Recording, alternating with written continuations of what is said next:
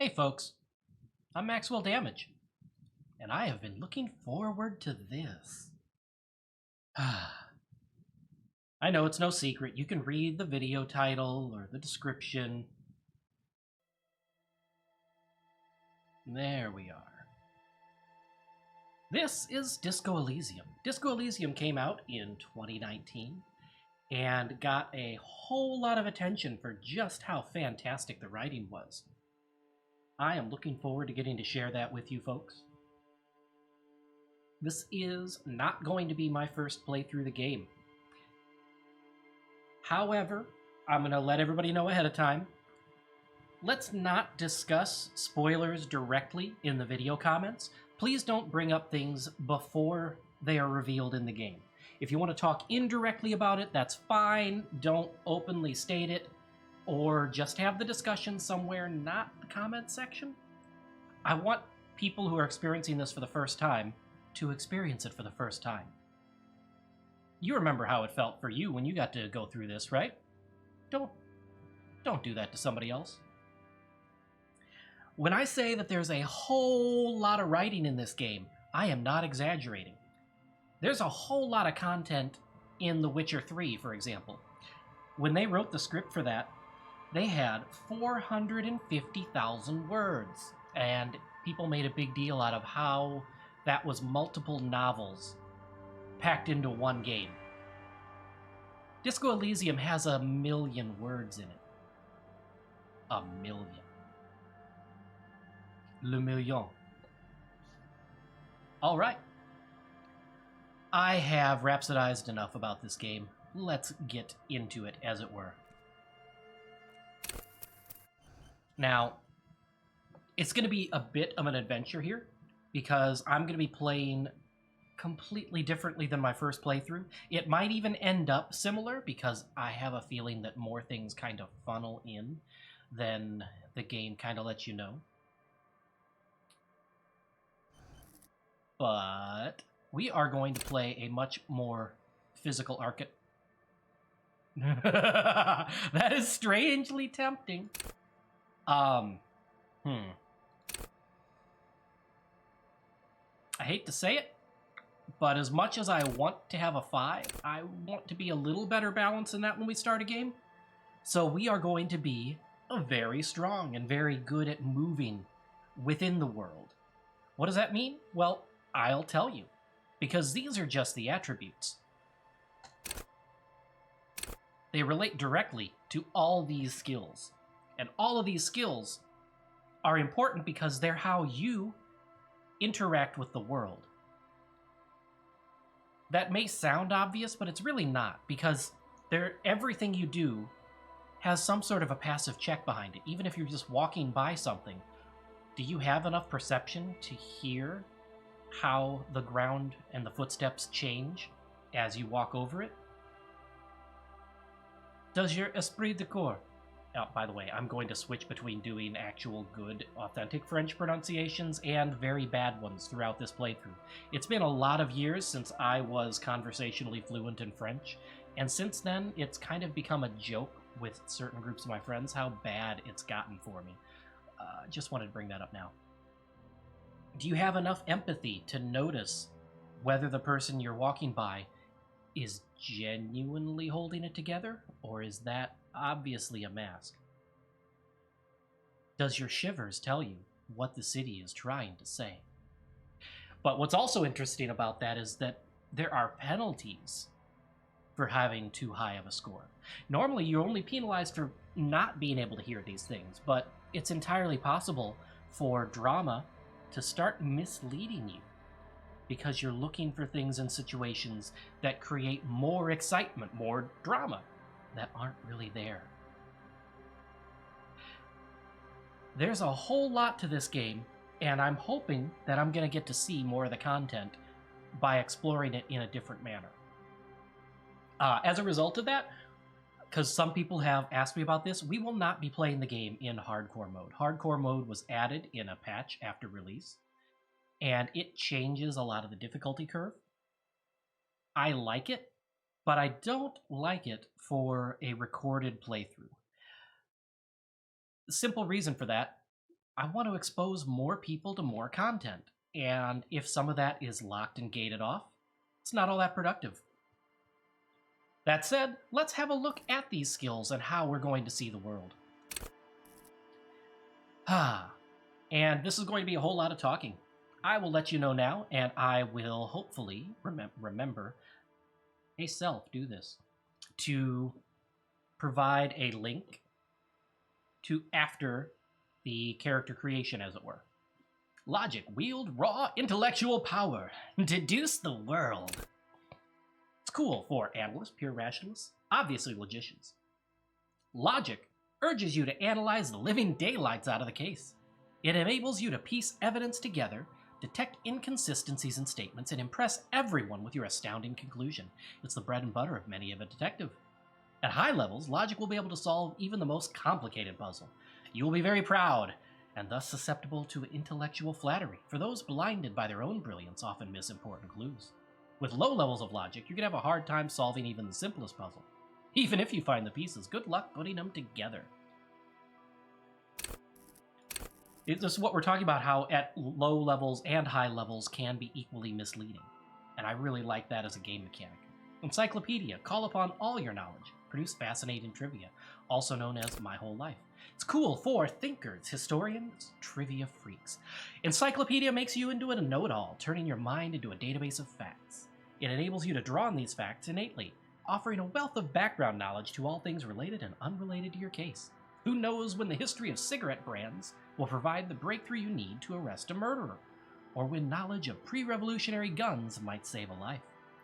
At high levels, Encyclopedia shares this wealth of knowledge to an almost overwhelming degree. While it may give you crucial breakthroughs, it more often will clutter your mind with useless tidbits. With low levels of Encyclopedia, though, you'll be forced to work with only the clues in front of you. Without any background knowledge, copying is going to be tough stuff. These are, incidentally, the things related to intellect. I should have gone about that. Your capacity to reason, if you want to think of that as directly brain meats, you're not entirely wrong. Rhetoric. Practice the art of persuasion. Enjoy rigorous intellectual discourse. Cool for ideologues, conversationalists, would-be politicians. Rhetoric urges you to debate, make intellectual discourse, nitpick, and win. It enables you to break down arguments and hear what people are really saying. You'll spot fallacies as soon as they're used. What exactly did the waiter leave out of their testimony? Hold it! What was the dancer trying to divert you from? Take that! Was that double entendre intended, or did you just get an accidental lead? At high levels, intellect will make you into an impressive political beast, one whose beliefs are impenetrable, which is to say, one whose mind will not change, one who will calcify. With low rhetoric, though, you'll have a hard time shooting down any argument. Nailing people to their testimonies will be nigh impossible. Drama. Play the actor. Lie! And detect lies. That always makes me think of the theory of three faces, at the very least, which is absolutely something that you should Google. Cool for undercover cops. Thespians of the stage. Psychopaths. Drama urges you to treat the world as a stage and on it to perform.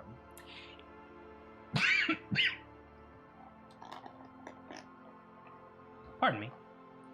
It enables you to lie, to concoct the most elaborate and wonderful stories, to take on ingenious personas, and perform acts of stagecraft in an entertaining amalgam of fourberie and deceit.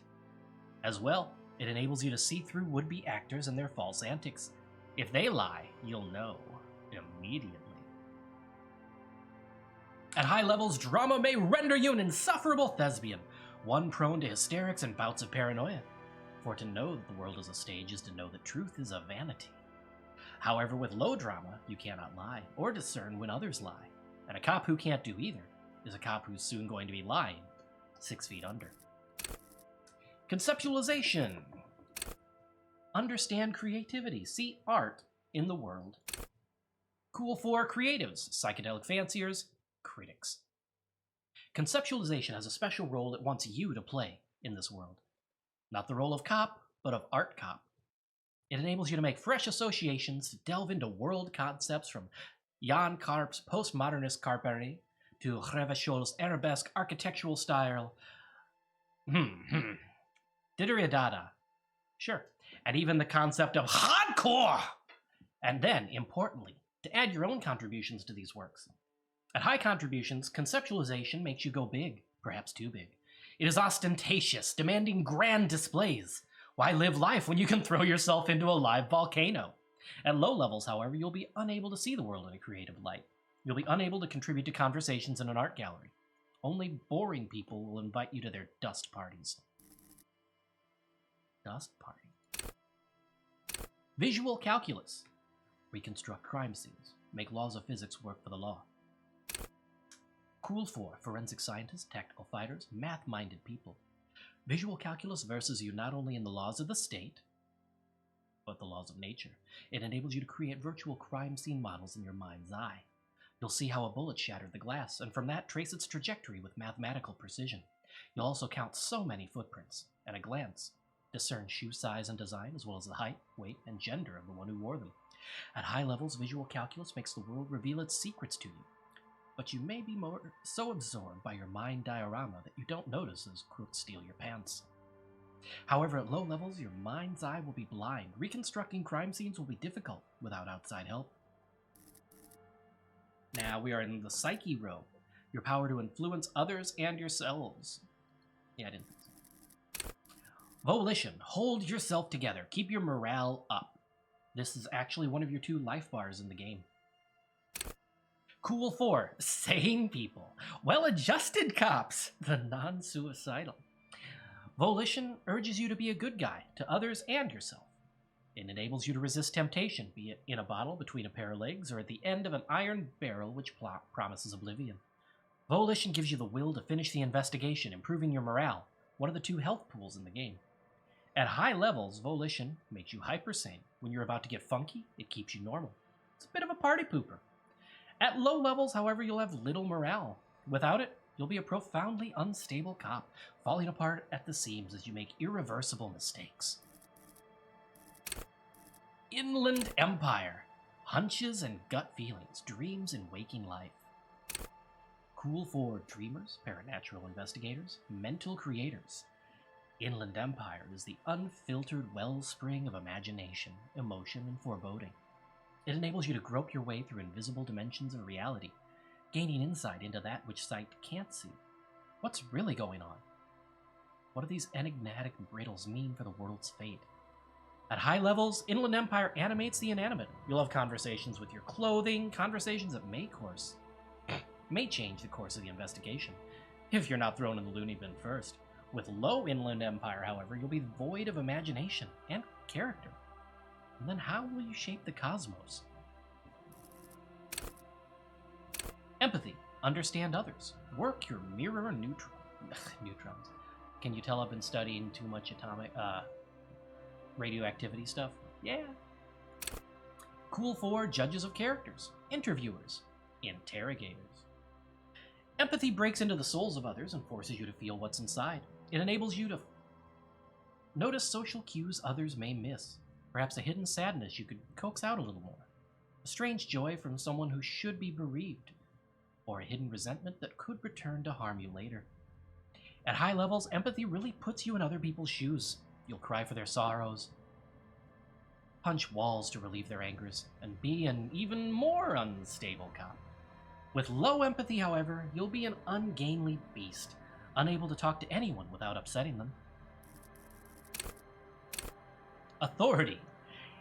Intimidate the public, assert yourself. Cool 4. Leaders. Experts of psychological warfare, respect junkies. Authority urges you to assert and reassert your dominance over those around you. It enables you to understand the power dynamics of groups of thugs, know how far you can push a perp, and how to establish control of situations. At high levels, authority demands respect. Even a perceived slight could send you into knee-breaking mode.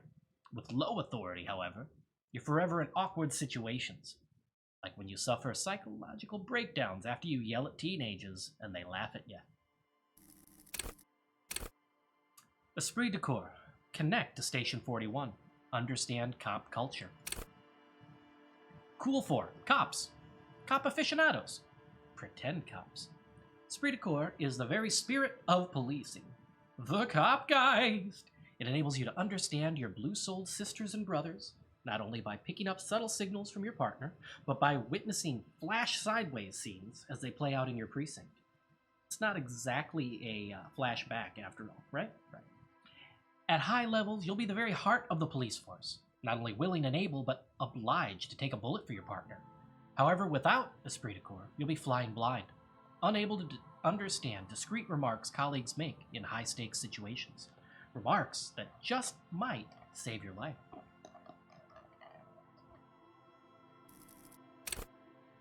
Suggestion: charm men and women. Play the puppet master.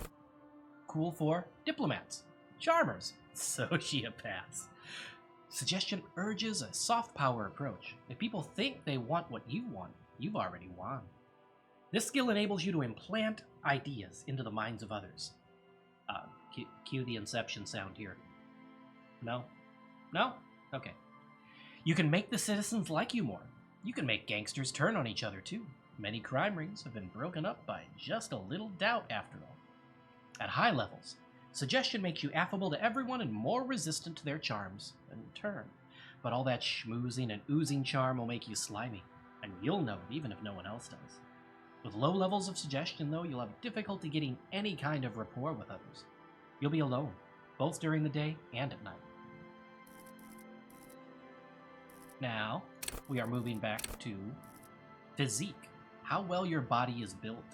These two are our plus skills in the world, as it were. Endurance, take the blows. Don't let the world kill you. Cool for fighters who can take a hit, lookouts who don't sleep, human batteries. Endurance is your metabolism and circulatory system and improves your health, one of the 2 health pools in the game. It enables you to survive being a cop. Who cares if you can't aim a gun if you can take a few bullets? Why be afraid of drugs that hurt your health if you're a very, very healthy man? At high levels, endurance enables you to take a few knocks to the head, enjoy a greater quantity of drugs, and shake off a few cardiac arrests. It makes you a powerful man who looks down on the weaklings who can't keep up. However, cops with low endurance are likely to struggle. The body is frail already, and the flesh of a cop will often be tested. And if it doesn't pass, it dies. Pain threshold. Shrug off the pain. They'll have to hurt you more.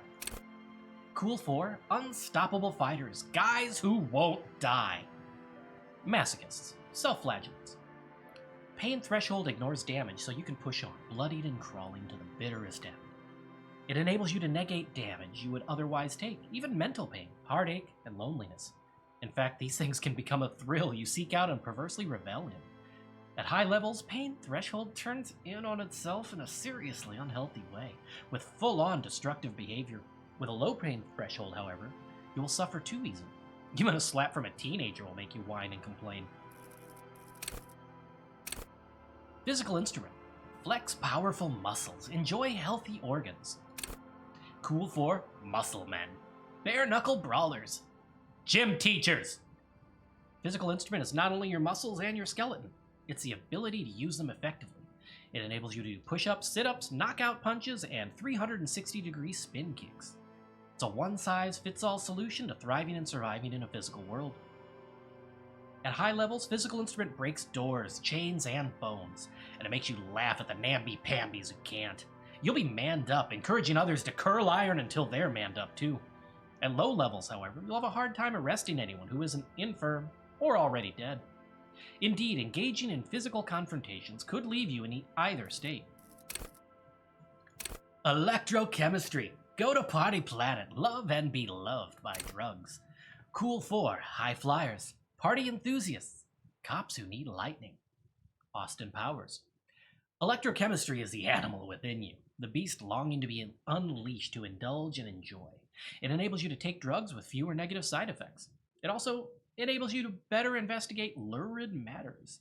If you need to understand a chemical breakdown, or talk to someone blasted out of their mind, or understand sexual dynamics, electrochemistry is there to guide you. At high levels, electrochemistry makes you a man of unrestrained pleasure, an unrepentant Lothario who leers at people with a bottle of speed and a plastic bendy straw in either hand. But with a low electrochemistry, you'll be too innocent to be effective. Without a working knowledge of drugs and sex, The city will be difficult to understand. Shivers. Raise the hair on your neck.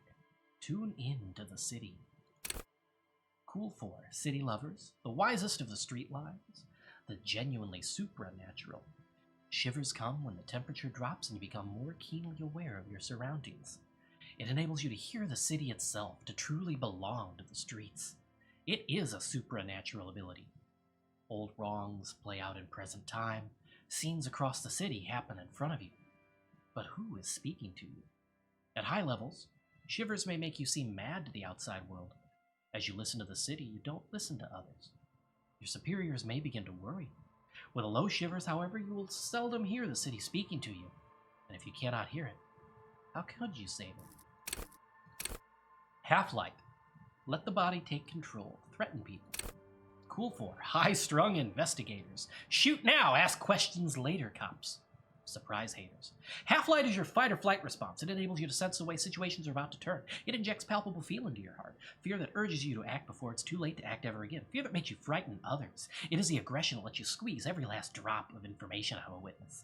At high levels, half-light makes you ultra-attuned to the world. It is perpetual fear of your own shadow, of someone else's name or scent.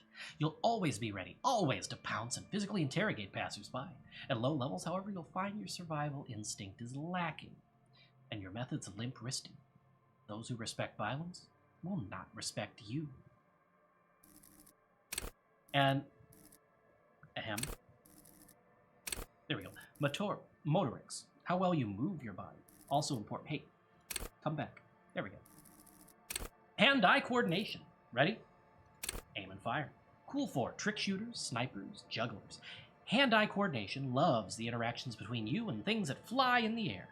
It enables you to catch coins from mob bosses, shoot straight, and understand firearms intimately. Want to know the precise make and mark of a pistol? Hand-eye coordination's got you. Want to shoot someone with it? Ditto. At high levels, hand-eye coordination makes you deadly. Suppose you've got a weapon in your hand. Well, once you do, hand-eye coordination will compel you to take the shot, even if it's not the best approach. At low levels, however, you'll be even more of a disaster in waiting, because when the guns go off, and they always do, you'll probably hit the wrong target. Perception. See, hear, and smell everything. Let no detail go unnoticed. Cool 4. Fine detail detectives, sensualists, urban scavengers. Perception wants you to be open to the world, with eyes, ears, and nose working at full capacity. It enables you to take in what others don't notice. The little wad of bills hid away in the sugar bowl, the odor of a perp hiding beneath the floorboards, the gulp of a suspect after claiming they have nothing to hide. At high levels, perception takes in every final detail of the physical world, enough to overwhelm all but the strongest mind. However, with low levels, you're going to miss out on everything. After all, you can't arrest what you can't hear, see, or smell. Reaction speed. The quickest to react. An untouchable man. Cool 4. Shot dodgers, thinkers on their feet, pinball heads. Reaction speed is the agility of your body and mind. It is instinct. It enables you to dodge punches, knives, bullets, and balls. Also, sucker punches of the verbal kind. You'll be more streetwise, never lost for words, or lacking a witty comeback. Your mental alacrity lets you connect little details on the fly, working in tandem with your intellect skills. At high levels, reaction speed makes your twitch reflex freakishly good. However, when your body acts before your mind, innocent situations can turn bad fast. You're high-strung, overly alert. At low levels, though, you won't be the one shooting first, which means you probably won't be shooting at all. Savoir-faire. Sneak under their noses. Stun with immense panache. Cool 4. Acrobats, thieves, unbearable show-offs. Savoir-faire urges you to be better than you are. It urges you to be disco. Slip by others in samurai boxing style, then tumble out the back with unexpected acrobatics. It enables you to move silent footsteps, to groove to a good beat, and to lift useful evidence off perps without them noticing. It also makes you a cooler cop, whose athletic flair will certainly impress the citizenry. At high levels, savoir-faire will make you the king of cool, which is, as much to say, the most stylish douchebag in Revachon. Nobody will see you until you're ready to be seen, and then they'll get the full treatment whether they want it or not. At low levels, however, you'll be bumbling, feckless cop, unable to catch a pair of keys thrown at you by your partner without losing an eye. Interfacing, master machines, pick locks, and pockets. Cool 4, machinists. tinkerers, instrument players. Interfacing wants you to connect to machines to use and improve them, because that makes you a better human organism. It enables you to better understand interactions with machines, be that how to repair the motor of a Kanema motor carriage, how to analyze the way a suspect used a pen, or how to refigure electrical circuits. Even let you steal keys off a keyring without being noticed. At high levels, interfacing will isolate you from society. Why bother with people when you can talk to machines? And why bother with things like money when you can just pocket that display sandwich? At low levels, you'll have a crucial part of the world cut off from you.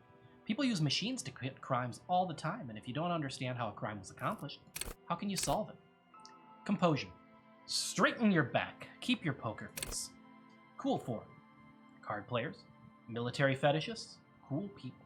Composure wants you not to crack, or at least it wants you not to crack in front of other people. It enables you to put up a strong front. It keeps your emotions hidden from the world and helps you read the body language of others, to sense the cracks in their own composure. As well, it keeps you looking good while you do it. You'll rock that disco outfit a lot more if you don't slouch. At high levels, composure makes you tuck your gut in and maintain a stern expression. Even lying in bed late night when no one else can see you, you'll have to keep it up. You'll never be able to stop. With low composure, though, you'll always be the first to crack. Every cop's got a point when all that fear and rage comes spilling out, and the ones who unleash it don't stay on the force much longer. Perhaps worse still, you won't even make the ranks of fashion police. If some of those skills and descriptions seemed oddly specific, it's because they are. Those of you who have played the game before, or watched the game before, might recognize certain situations playing out in the descriptions of those skills. Kinda cute, isn't it? We like to call that foreshadowing. Isn't that right, class? Again, don't ruin anything in the comments, please. Thanks. Now, my first playthrough, I kind of mirrored myself and my own attitudes, and so we are not going to do that this time, and I've been thinking about how and who to be, and we are going to go into the world as someone who acts before they think, which is entirely alien to my brain, let me tell you. The Furies are at home in the mirror. It is their address. Even the clearest water, if deep enough, can drown. R.S. Thomas. There is nothing. Only warm primordial blackness. Your conscious ferments in it, no larger than a single grain of malt.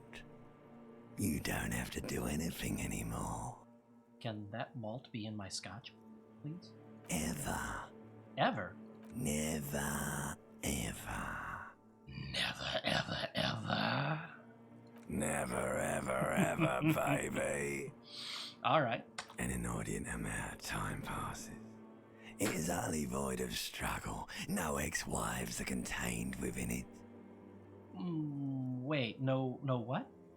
Also, as you might have guessed, I'm not going to read all the choices. There's a lot of reading in this game, and I'm already giving my voice a workout by trying to voice along with a lot of things. We'll see if I stick to it. I'm sure going to try. What was that about the X something? An awareness creeps up Oh on no. you. A mass lies hidden in your dead angle, soaking in some lurid acidic sauce. It's bloated and shameful, a pool of meat surrounding you. This is a terrible line of questioning, and it will only lead to more awareness of the meat thing. Of the meat thing. All right, the limbic system is a hard voice to get a beat on. No, I'm going back under. Sorry. There. No ball of meat. No light in the formless nothing. Just night swimming. Night swimming deserves a quiet night. But I don't think many people really listen to REM anymore. All right, I like nothing. I know you do, baby. I know. Yeah. How about you cough up some more of that sweet oblivion? Coming right up, sir. Smooth passage. Smooth. Alonzi, let's go. Alright, nothing town to fuck all bar. Look, I am tired of being this type of animal, and who gives a shit? Not you. Nope. Your days of giving a shit and being that type of animal are over. Also, if no one had guessed from the previous part of this recording, this game has swearing. It has sexual and drug and violence references, and it is not under most of the jurisdiction of the rest of my channel. I don't recommend the children watch this video. Is that enough for the standard legal YouTube stuff? I don't know anymore. Sorry. Keep singing. Sing me the song of my people. The song of death is sweet and endless. But what is this? No. Somewhere in the sore, bloated man meat around you. No, stop. A sensation. No, there's not. I don't want it. Like a fly to the ointment, your conscience sticks to it. The no. limbed and headed machine of pain and undignified suffering is firing up again. It wants to walk the desert. Masochism. Hurting, longing, dancing to disco music. I mean, at least the last thing is important. Mother, help me. There's a head attached to my neck and I'm in it. The stench of liquor rises from your mouth, and with it, an ungodly headache. Help, someone cut my head off. It's trying to murder the rest of me. A fiery streak penetrates your skull, trying to force your eyes open. It's a sound, a clarion call from hell. All right, let's open our eyes.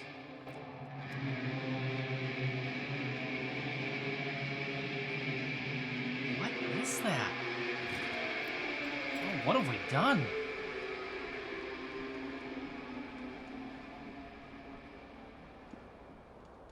Oh. I see we're dressed for business time.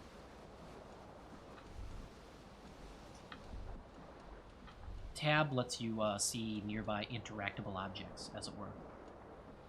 That looks familiar. This magnum-sized bottle of Commodore Red is empty. Probably had a little bit to do with that.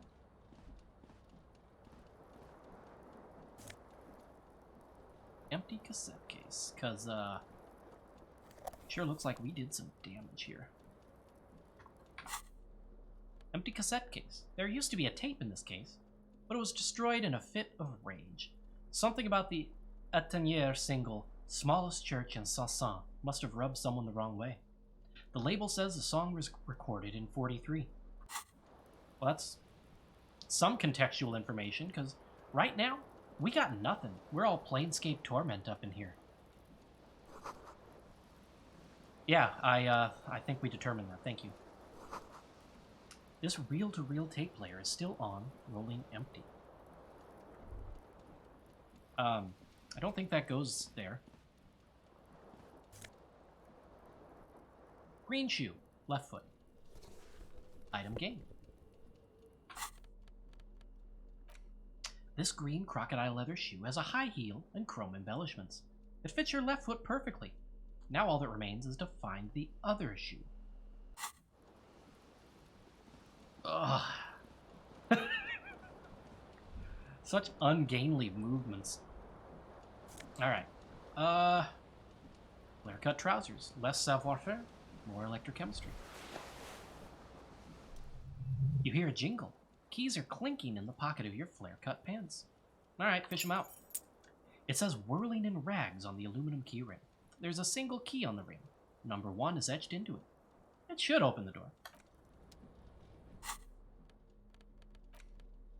These golden brown trousers are flare-cut.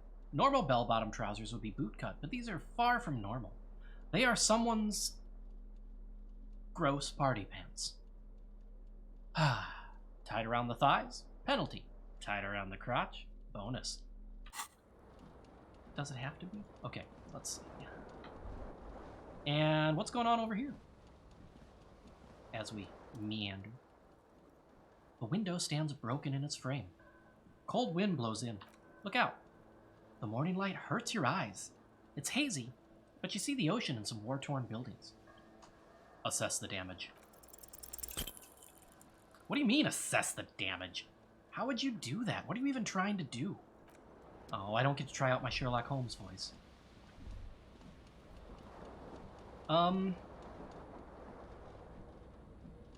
What's going on up here? This fan has two chain pull switches. One ends in a tiny fan, the other in a light bulb. For the record, I really like it when ceiling fans do that because it's not always obvious which one is which. A truly horrific necktie has somehow attached itself to one of the blades. Let's grab the tie. You reach out to grab the tie, but what's this? Diffuse radiating chest pain. Doom comes over you. Oh, this is bad. Feels like sharp stones grinding in your chest and keeping you from moving for quite a long time. Still ongoing. Now is a good time to start worrying. Finally, the pressure recedes. You find yourself covered in cold sweat and trying not to move, hoping it'll keep you from dying. You know what you should do? You should stop the fan. Then try again. It'll get easier. Do it. If you want to die, the stabbing pain in your chest is telling you. You're hanging by a thread here. If you only have 1 point of endurance, that kills you. Let's pull on the fan. The blades come squeaking to a halt. Should be much easier to grab the tie now. Yeah, +3. Look at that. You swoop up and catch the tie. It's released from the blade. What you have in your hand is a truly hideous necktie with 4 or 5 different patterns. The knot reminds you of a noose. So if it was a noose, we have a broken table. Oh.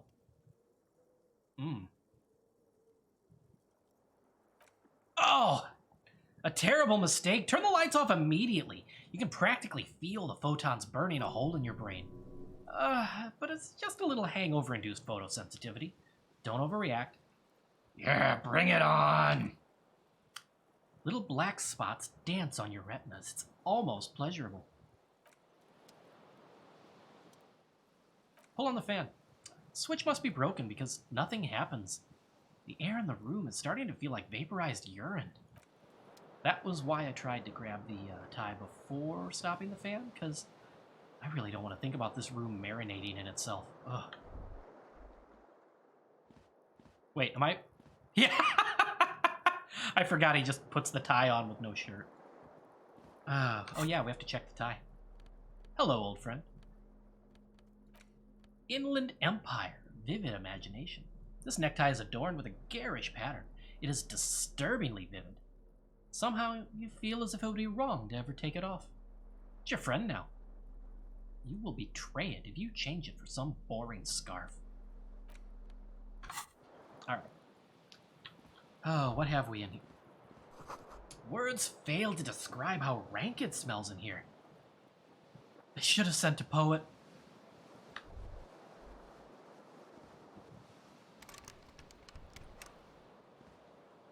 Does that mean...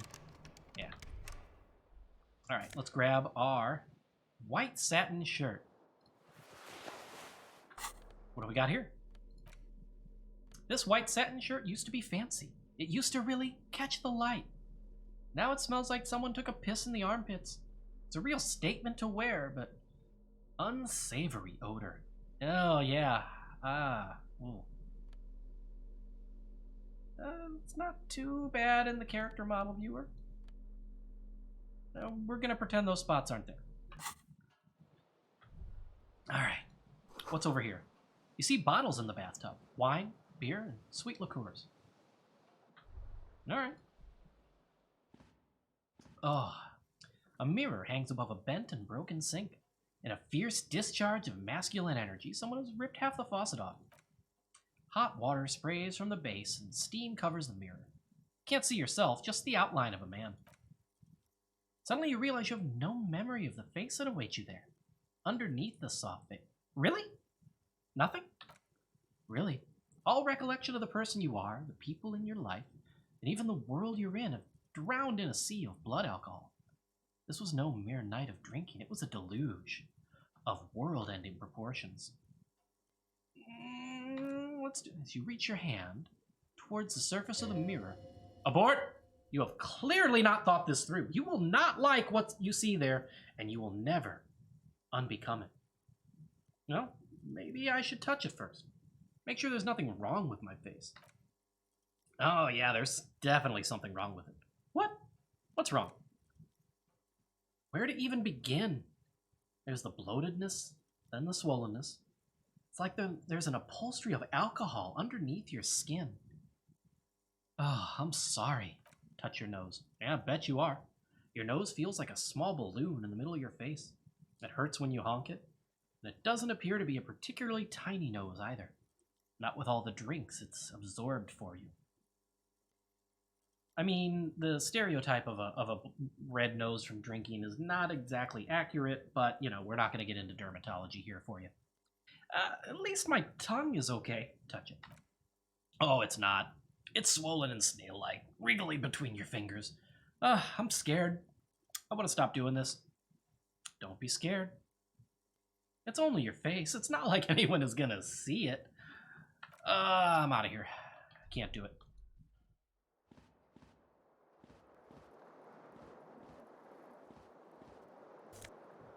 Alright. We have a disco-ass blazer that gives us esprit de corps. Disco-ass blazer. Looks like someone skinned this blazer off some long-extinct disco animal. It has an enigmatic white rectangle on the back and the right sleeve. Halogen watermarks. We don't know that yet. None of these lights are halogen. Alright. Are we really going to do this, folks? A mirror hangs on the wall. We've done this. Let's wipe it. Yes, I know. I don't care. I hurt myself. It's what I do. Behold! Oh. You have no idea who this thing is, do you? Of course I do. It's some kind of superstar. I think I'm a superstar. It appears you're also dead. There's clearly rigor mortis on your face. Wait, is that an expression?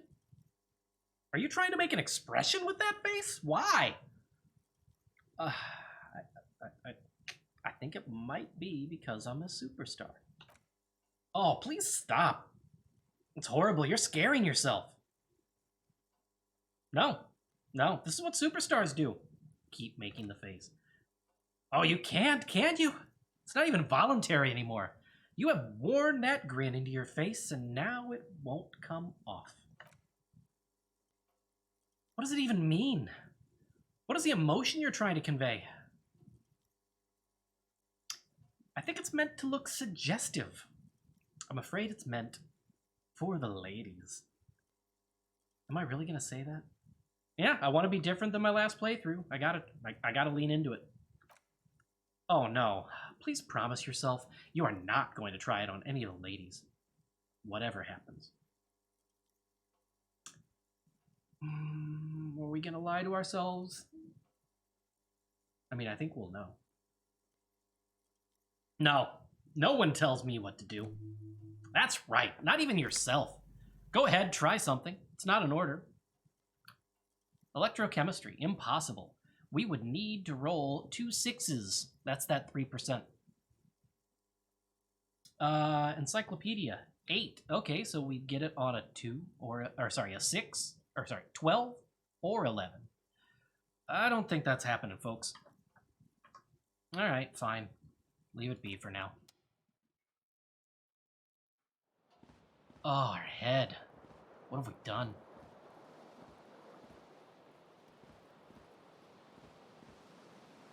But I just noticed the time. Spent a lot of that narrating some skills and things, but we got a lot of work done, a lot of things underway. It's been fun, folks. I hope you stick with me.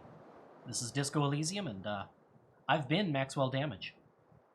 I'll try to continue to be, but I make no promises.